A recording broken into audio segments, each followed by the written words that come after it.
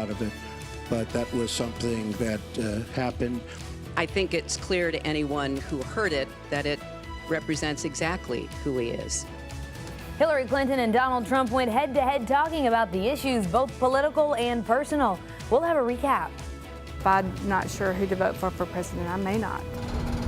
Plus, hear from undecided voters here in Southeast Texas, the reason many say this debate didn't sway their votes. Spectacular day in Southeast Texas. Cool morning start. That's kind of coming to an end, though, the next few days. Hey there, thanks for starting your week off with 6 News on Fox. I'm Jasmine Stiles. The gloves were off for Donald Trump and Hillary Clinton Sunday night at Washington University in St. Louis. Emily Schmidt recaps the highs and lows. There was no handshake between Donald Trump and Hillary Clinton Sunday night in St. Louis. That icy start set the tone for another contentious debate. Discussion turned quickly to recently released video of Trump making lewd and sexually aggressive comments about women. And certainly I'm not proud of it, but that was something that happened.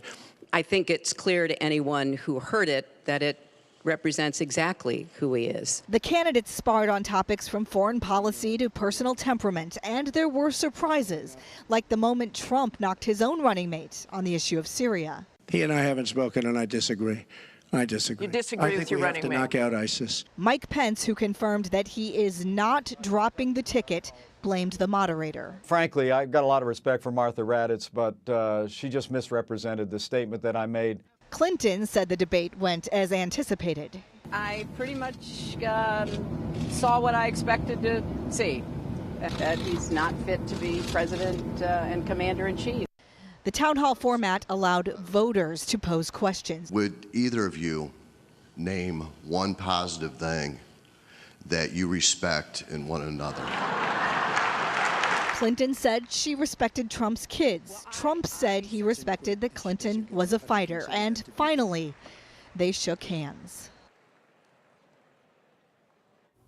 There were expectations that because of the recent uproar over Trump's Access Hollywood outtakes, this debate would have had higher ratings than the first, but that didn't prove to be the case. Sunday's face-off in St. Louis had about 20% fewer viewers. Well, tonight, Southeast Texans are still talking about that second presidential debate. Many say it was entertaining, but there's no change in who they'll vote for. Elaine Kong joins us live from the Jefferson County Courthouse. Good evening, Elaine. Jasmine, the people I talked with today about the presidential debate last night said that they didn't focus enough on policies and filled the time with personal issues not helping either side gain voters. Supporters from both sides expressed their opinion on the format of the debate. I would have liked to see them just actually turn their microphones off. You know, and once they go over the time, just shut their microphone off. And then that way the public can't hear anything. They gave them a time limit for each speaker, as well as the audience really couldn't clap or applaud or anything. So I think they kept more to the point this time. The next presidential debate is October 19th, and the last day to register and vote is tomorrow, October 11th. Live in Beaumont, Elaine Kong, 6 News on Fox. Thanks, Elaine. Tonight, Operation One Vote is hosting a forum so the community can chat with candidates in the local races. It's at Our Mother of Mercy Catholic Church. That's on Sarah Street in Beaumont. Starting at 7, candidates will introduce themselves and even take questions from the audience. And I hope to see you there because I'll be hosting. All right, it looks like this cooler weather is going bye-bye, and we are sad to see it go. Greg, how much hotter is it going to be getting in the next week?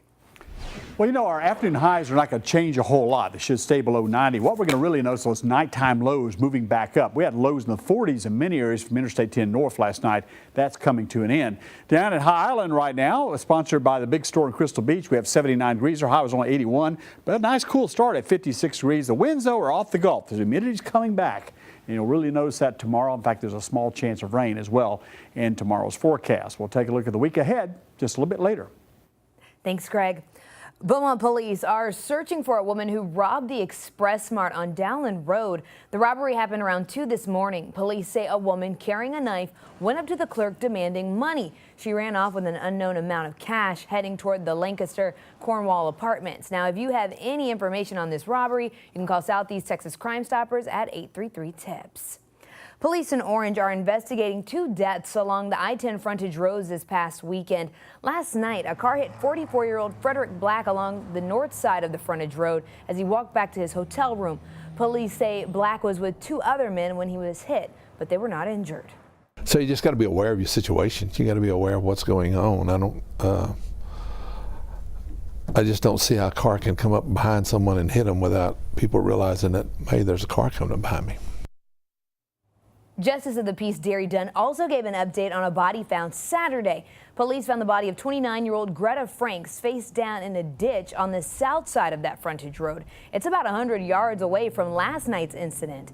They believe she may have been hit by a car. In Hardin, a petition is circulating in support of an HISD athletic director who was placed on administrative leave last month. In a special meeting today, the school board decided to make no changes to the status of the position. More than a dozen students and community members gathered at the school's administration building in order to support Todd Stark. He's worked for the district since last year. Nobody could replace him, especially the spot in everybody's heart that he has. I mean, there's no way that anybody could replace him.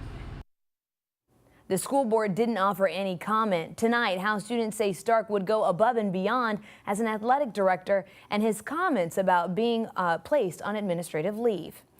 Still ahead, Haiti is trying to salvage what they have left after Hurricane Matthew hammered the country. We take you to one of the hardest hit areas.